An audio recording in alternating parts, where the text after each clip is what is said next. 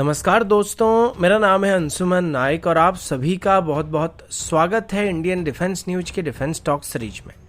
जहां पर हम रोज नए नए डिफेंस अपडेट्स के बारे में बात करते हैं। तो चलिए देर ना करते हुए आज की वीडियो शुरू करते हैं।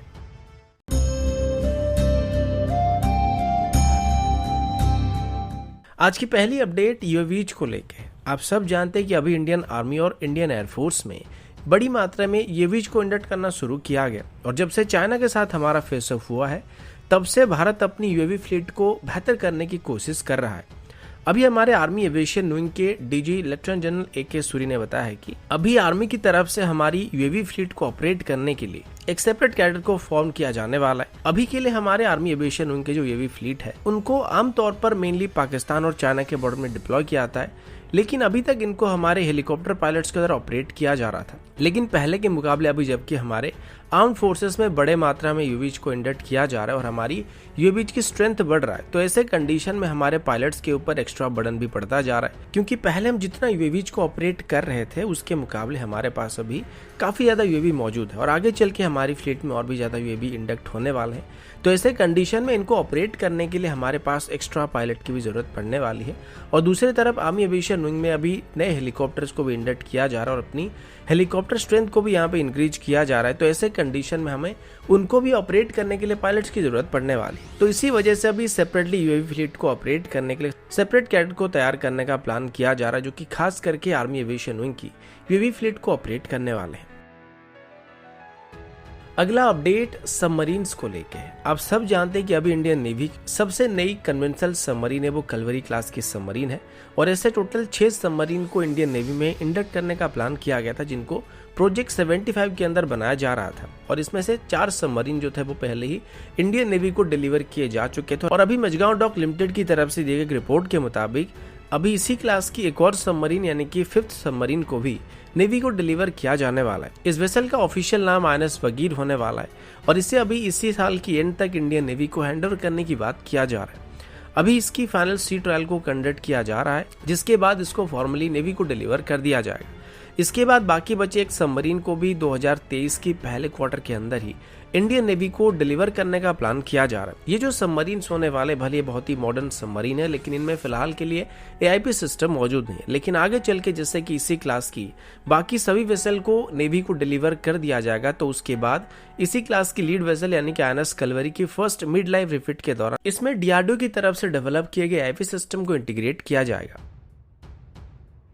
अगला अपडेट इंडियन एयरफोर्स की तरफ से, और अभी हम इंडियन एयरफोर्स की फ्यूचर फाइटर जेट्स के बारे में बात करने वाले हैं। और अभी हम जिस अपडेट के बारे में बात करने वाले हैं ये ऑफिशियल अपडेट तो नहीं है, लेकिन एक प्रेडिक्शन की तरह होने वाला है, जो कि कितना सच होने वाला है फिर कितना गलत होने वाला है या वीडियो के अंत तक अंदाजा लगा पाएंगे। तो सबसे पहले अगर इंडियन एयरफोर्स की वर्तमान की स्ट्रेंथ की बात करें तो अभी हमारे एयरफोर्स में फाइटर जेट्स की काफी कमी है और अभी हम रिक्वायर्ड स्ट्रेंथ के मुकाबले करीब करीब 10 से 12 स्क्वाड्रन पीछे चल रहे हैं। इसका एक मेजर कारण ये कि अभी इंडियन एयरफोर्स में जो मल्टी रोल कॉम्बैट एयरक्राफ्ट की टेंडर चल रहा है, ये टेंडर पिछले 15 सालों से फाइनल नहीं हो पा रहा है और बार बार इसको 2 से 3 बार रिफ्लोट किया जा चुका है। इनिशियली इसमें 126 जेट को खरीदने का प्लान किया गया था, लेकिन फिर इसमें बस 36 रफाल जेट को खरीदने के बाद फिर इसको दोबारा फ्लोट किया गया, जिसमें 114 जेट को खरीदने का प्लान किया गया था। और इस टेंडर की लास्ट स्टेज में आके F-16 और ग्रिफिन बचे हुए थे, तो दोनों ही जो थे वो इंडियन एयरफोर्स की रिक्वायरमेंट में फिट नहीं हो रहे थे। तो इसके बाद इस टेंडर को फिर से फ्लोट किया गया था और अभी की बात करें तो अभी तक इस टेंडर में रिक्वेस्ट फॉर प्रपोजल इशू नहीं हो पा रहा है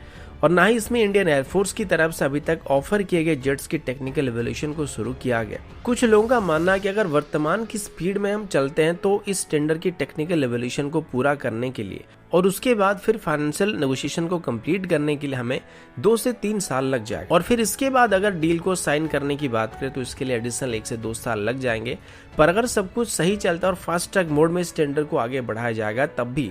इसमें जो फाइटर जेट हमें डिलीवर होने वाले कम से कम 5 से 7 साल के बाद ही हमको डिलीवर हो पाएंगे, क्योंकि अभी इस टेंडर को फास्ट ट्रैक मोड में भी फाइनल करने के लिए हमको कम से कम 3 साल लग जाएंगे और उसके अंदर हमको फाइटर जेट की डिलीवरी मिलने में और 3 साल लग जाएंगे। और जैसे कि आगे चल के इनको भारत में बनाया जाने वाला है, तो ऐसे कंडीशन में जो भी ये टेंडर जीतेगा तो उसको पहले इंडियन वेंडर के साथ टाई अप करना पड़ेगा और उसके बाद अपनी कंप्लीट मैन्युफैक्चरिंग फैसिलिटी को भारत में एस्टेब्लिश करना पड़ेगा और उसके बाद जाके इनकी डिलीवरी को शुरू किया जा सके। अब वहीं पर अगर इन्हीं 5 से 7 सालों की बात करें तो इसी टाइम पीरियड के अंदर भारत की तरफ से भी अपनी 1 से 2 इंडिजिनस फाइटर जेट को डेवलप किया जा रहा होगा, जिसमें से एक 4.5 जनरेशन फाइटर होगा और एक 5th जनरेशन का फाइटर होने वाला है, और ये दोनों ही मीडियम वेट कैटेगरी के फाइटर होने वाले हैं। और 2026 तक भारत की पहली इंडिजिनस 4.5 जनरेशन फाइटर यानी कि